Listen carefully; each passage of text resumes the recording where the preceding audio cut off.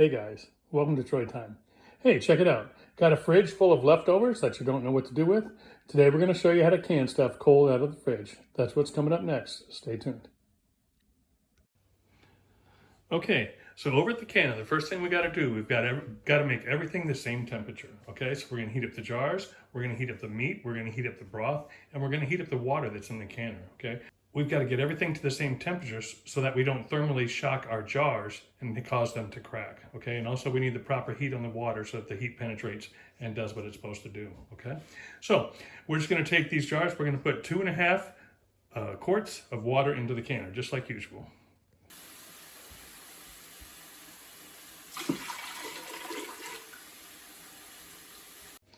Okay, back at our jars, we're going to fill them about half up with water. Hopefully you can tell they're about half full.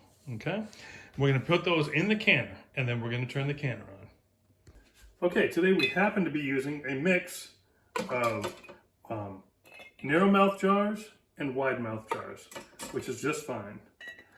It's actually a little bit difficult to get 4 wide mouth jars in and out of this thing because they do bump into each other a little bit. So having the narrow mouth jars will give you a little bit easier clearance. I do prefer using the wide mouth jars though generally.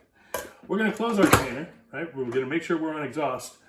We'll put the lid on. We're going to set it to brown, which is going to start everything heating, and we're going to hit start. That's going to help heat up our jars and our water, and we'll go from there to get everything at the same temperature. Okay, so the trick of doing the hot pack is making sure that everything is the same temperature, okay? So that's what we're gonna do. So since these have been cold and in the refrigerator, these are the 2 roasts that I made yesterday. It was a bit much to actually cook 2 pork roasts and then try and can it in the same day. So these are cold leftovers coming out of the refrigerator. So we need to heat everything up and get everything to the same temperature.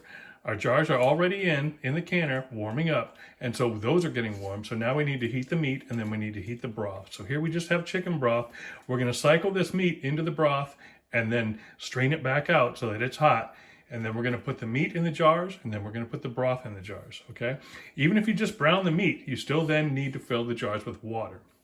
That's what ensures proper heat transfer, okay?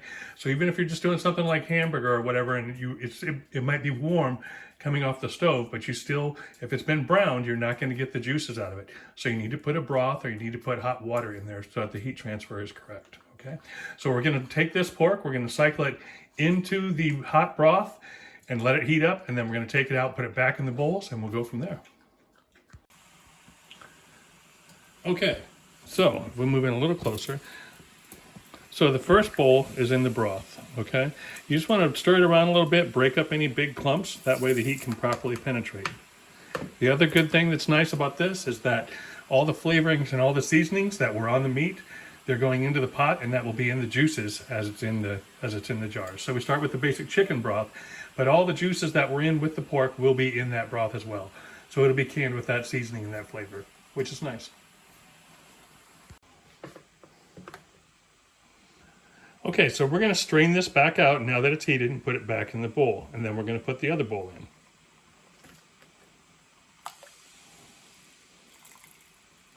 You could use whatever strainer you have.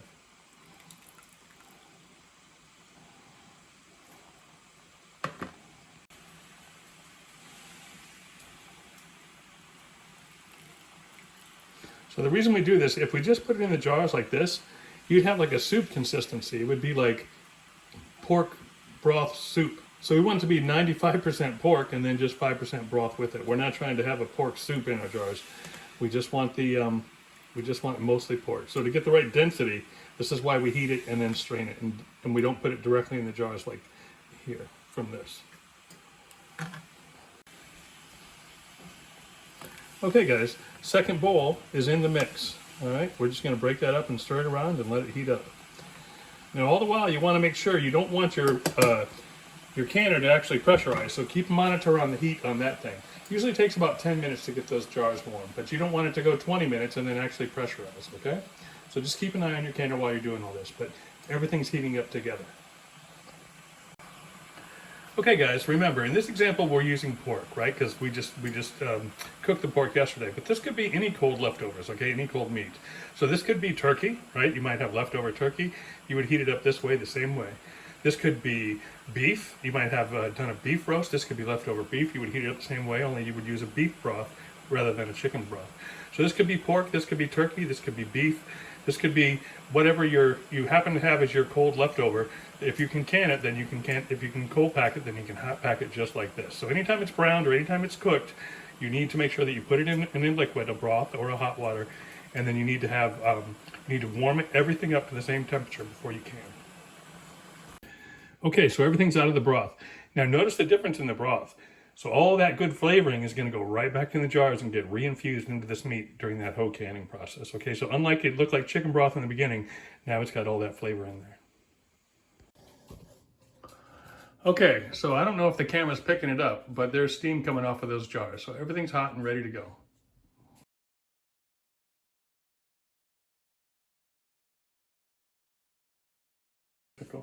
All right, so we're going to empty these, okay?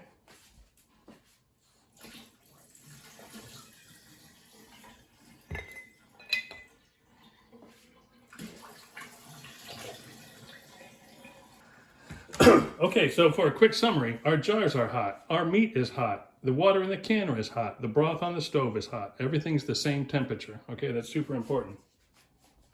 Let's fill these jars, huh?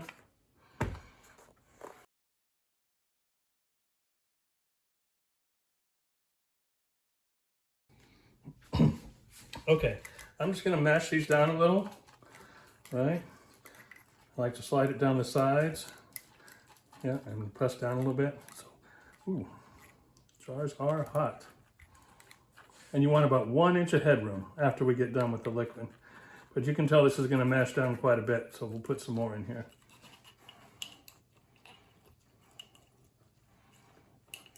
I like to slide it down the edge of the jar and then lever it inward. That kind of makes everything make way a little bit.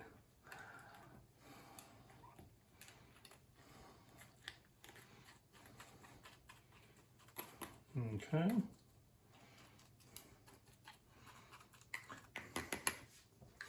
Kind of feels like when you're putting leaves in a bag, right? Packing them in and crushing them down. Okay, so I just went through and topped them all off a second time. And now I'm doing just the exact same thing. We want about 1 inch of headspace.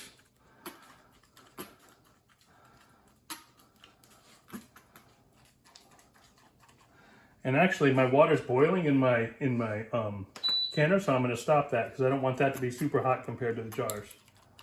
We want everything to be the same temperature.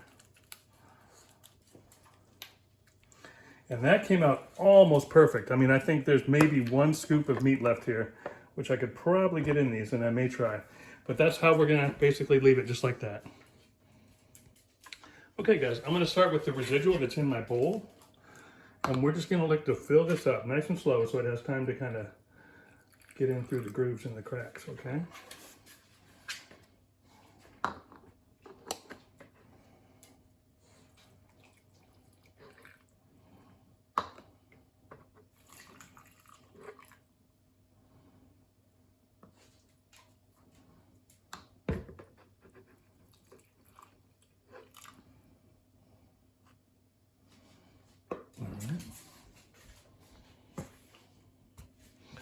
Then we're going to use our debubbler, okay?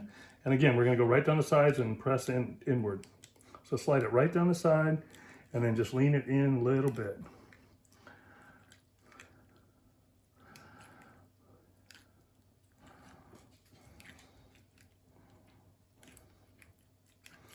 And give it a little stomp from the top, a little tamp. That looks about perfect. Okay.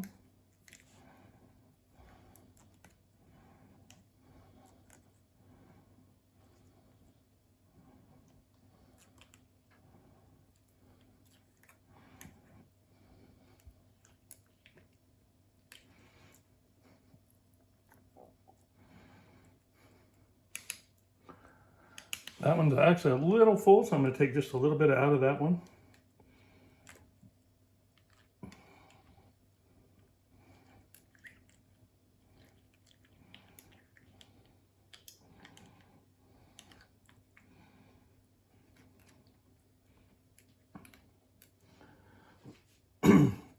That one's just about right. This one's probably over full. All right, we'll cut back when we get these perfect for you. All right, I'm gonna bring you in close so that you can tell what I call perfect. So in my mind, that's about exactly right. We want 1 inch of headspace. Okay, so hopefully that's real clear on camera what that looks like. If I didn't make you seasick. Okay, next we clean up the lids with just a little vinegar. Always the same. Around the rim, around the rim, around the rim. Actually, I'm trying to get a little on the inside as well. So go around a little bit on the inside and a little bit on the outside.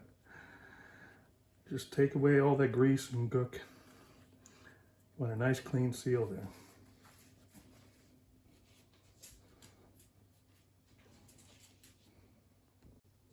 All right, next up, lids on. Here we go.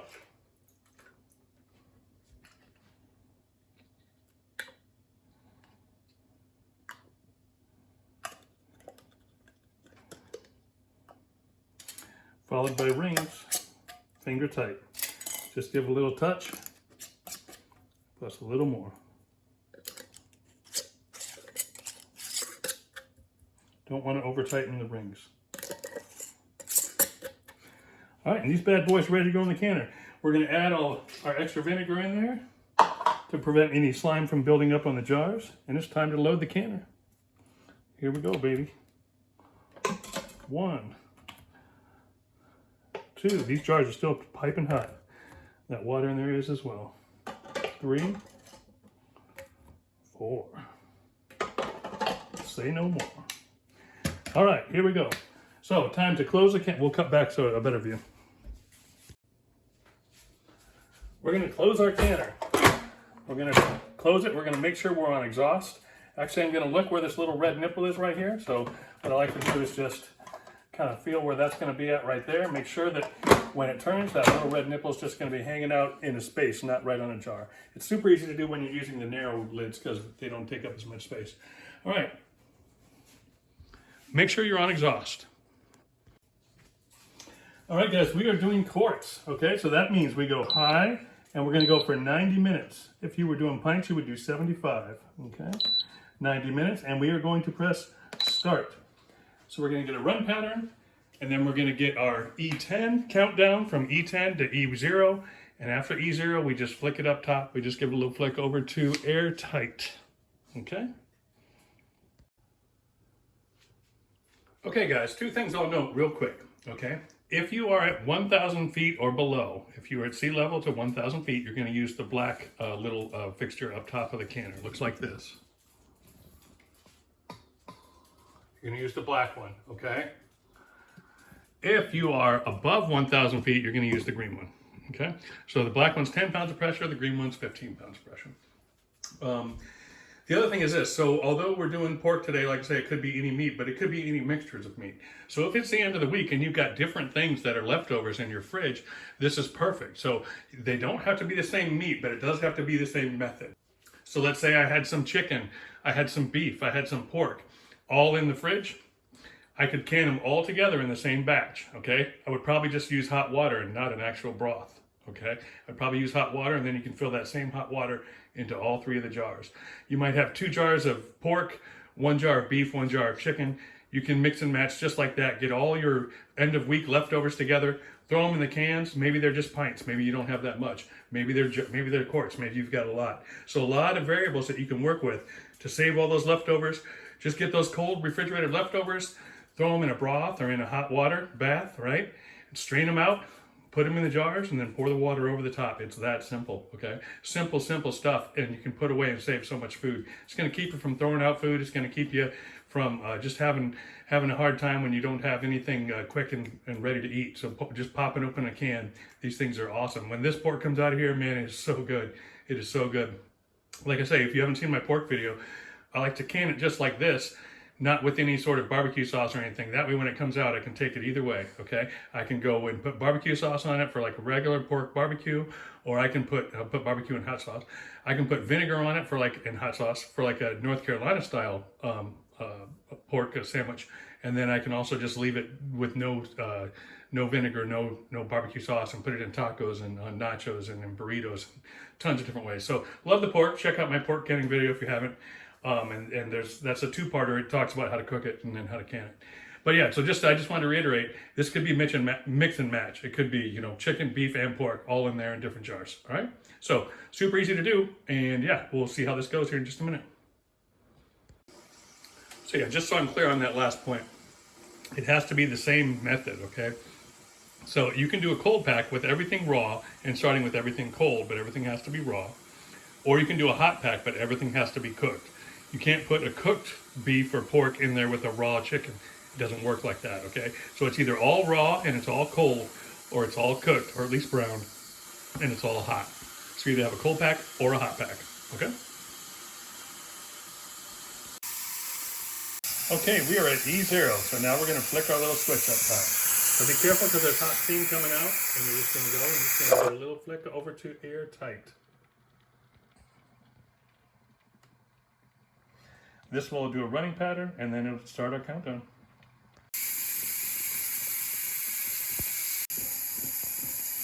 All right, so after it gets to off, you have to let it cool down for an hour. Okay, so 1 hour from now, then we can begin to open it up after it's depressurized.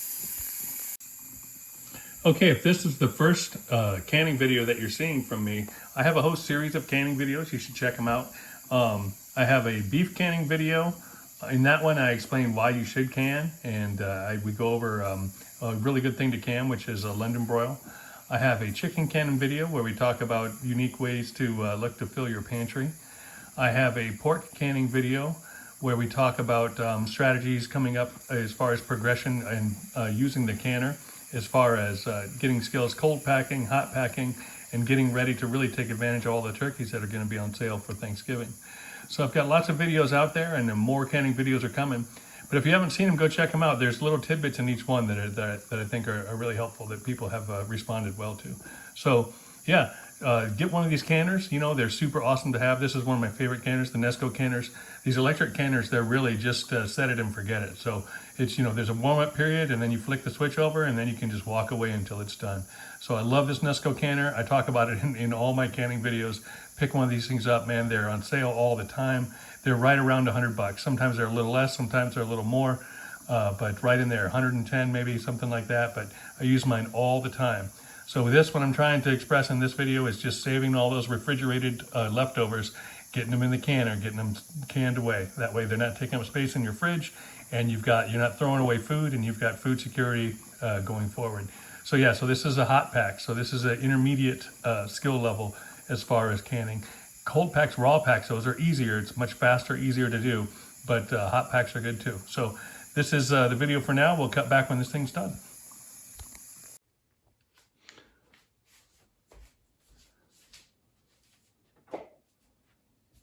Okay, it's time to take out the jars.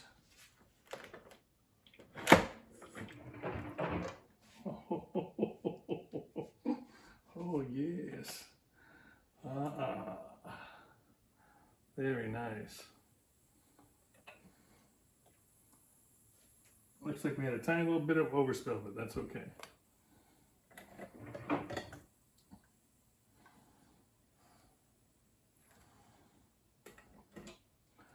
Now what's awesome is that there is 8 pounds of meat here. There's about 2 pounds in each one. So realize how many meals that is. That is, if you're going ½ pound per serving, that's 16 meals. If you're going ¼ pound per serving, that's 32 meals, right? It's awesome, guys, just to have that stuff stored and ready to go. This is going to sit overnight, and hopefully they'll all seal. And yeah, we'll clean them up and store them away tomorrow.